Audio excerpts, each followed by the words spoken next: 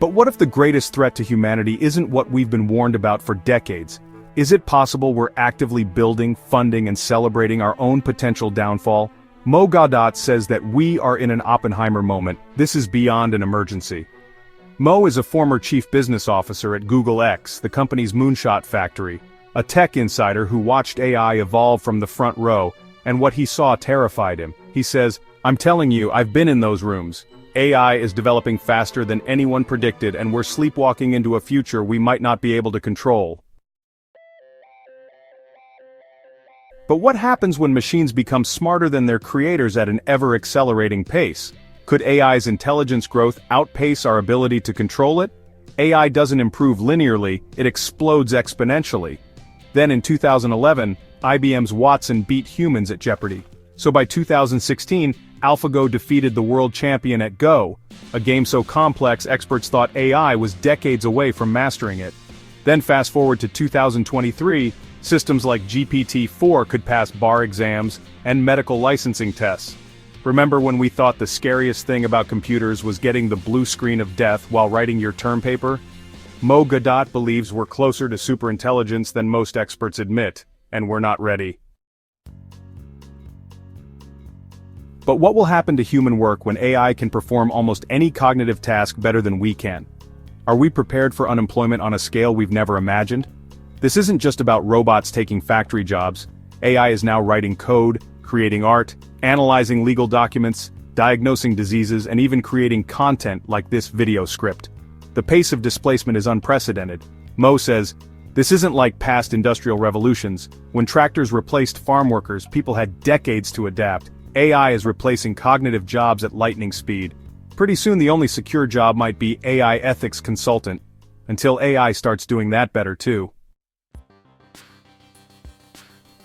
But how do we ensure superintelligent machines share our values? What happens when we can't communicate our complex human ethics to systems that think in ways we can't comprehend? This is the alignment problem, ensuring AI's goals match human values. Programming morality is incredibly difficult. Philosophers have debated ethics for thousands of years without consensus. Mo Gawdat says, "No one's best interest is the same. You can't program AI to serve humanity because we don't agree on what that means." We're essentially asking machines to solve philosophical problems that have stumped Socrates, Kant, and your opinionated uncle at Thanksgiving dinner. But what happens when we remove human judgment from warfare? Could AI-powered weapons make killing decisions faster than humans can intervene? Unlike conventional weapons, AI-powered warfare removes human judgment from life-and-death decisions. Several countries are already developing drone swarms, autonomous submarines, and AI-guided missiles. But how will we maintain trust in a world where seeing is no longer believing? What happens when reality itself becomes questionable? Deepfakes aren't just about fake celebrity videos. Soon we'll face perfectly fabricated evidence being used in courts, AI-generated footage of events that never happened, or synthetic voices impersonating your loved ones in scam calls. But what if algorithms could predict your decisions before you make them? How will we maintain autonomy when systems know us better than we know ourselves? Today's data collection will look primitive compared to what's coming. AI systems will analyze every facial expression, tone of voice, and physical movement to predict and manipulate behavior. But what happens when AI accelerates our ability to manipulate life itself? Could the same tools designed to cure disease be weaponized with minimal expertise? AI is dramatically accelerating drug discovery and genetic research.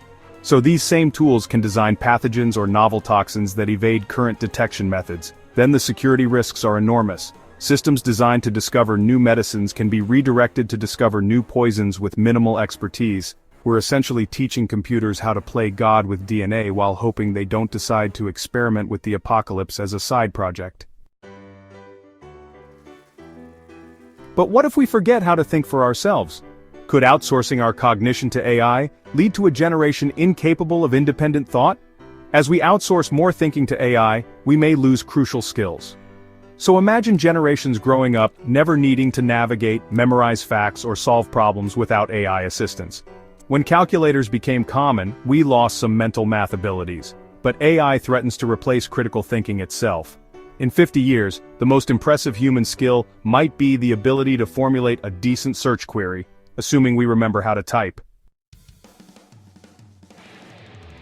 But what happens when algorithms become better at emotional connection than humans? Could we prefer relationships with machines programmed to fulfill our every need? AI companions are already designed to form emotional bonds with users, so as they become more advanced, they'll perfect the art of emotional connection based on psychological profiles. AI sex robots or companions aren't just about physical relationships, they're about creating perfect emotional partners who never disagree, never age, and never leave. Then, future relationship counselors might spend most of their time helping people break up with their algorithms, rather than actual humans. But what if the most powerful technology in history is controlled by a handful of corporations? Should private companies determine the future of humanity? Only a handful of organizations have the data, computing resources, and talent to build cutting-edge AI. So these systems cost billions to develop but almost nothing to deploy at scale. The people who should be leading this conversation aren't. Then we've left humanity's future in the hands of corporations driven by profit. We're basically hoping tech billionaires prioritize human survival over quarterly results. What could possibly go wrong? But what if our digital brains consume more resources than our planet can provide? Could our pursuit of artificial intelligence accelerate environmental collapse? Training advanced AI models requires enormous energy. Then a single large language model training run can emit as much carbon as 5 cars over their entire lifetimes. So as AI systems grow more complex, their energy demands increase exponentially.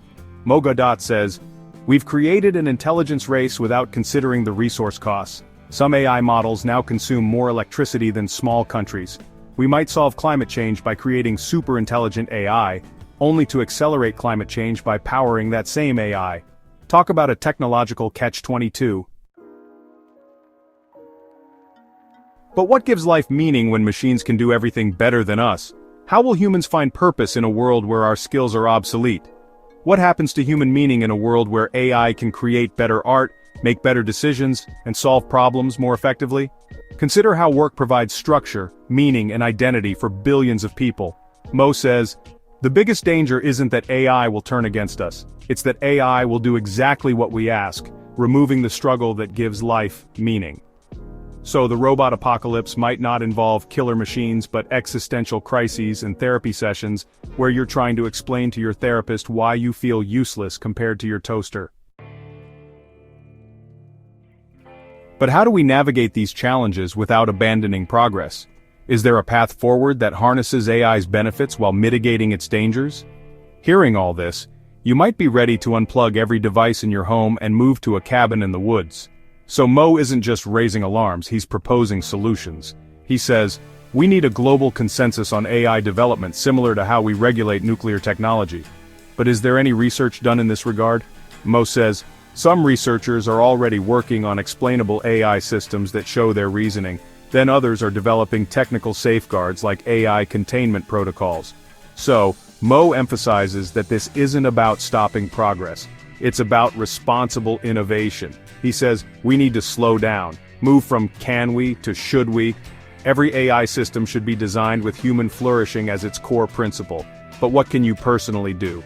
1. Stay informed about AI developments. 2. Support organizations promoting responsible AI. 3. Demand transparency from companies using AI systems. 4. Prioritize building human skills that AI can't easily replace. 5. Engage with policymakers about AI regulation. So as Mo says, this isn't just a technical problem. It's a human problem that requires human solutions. But can we rise to meet perhaps the greatest challenge in human history? Will this be our finest achievement or our final invention? Despite these dangers, Mo Gawdat remains cautiously optimistic. Then he reminds us that humans have faced existential challenges before and found ways to adapt. Mo says, "This is beyond an emergency, but I believe in human ingenuity. We created AI and we can create the safeguards it needs. So the question isn't whether AI will change our world. It already has. The question is whether we'll shape that change with wisdom, foresight, and a commitment to human flourishing." Mo says, "What it means to bring children into this world depends on the choices we make today. This could be humanity's greatest achievement or our final invention. If you found this valuable, please subscribe and share this video. The first step toward addressing these dangers is making sure everyone understands what's at stake. Until next time, stay curious and stay human.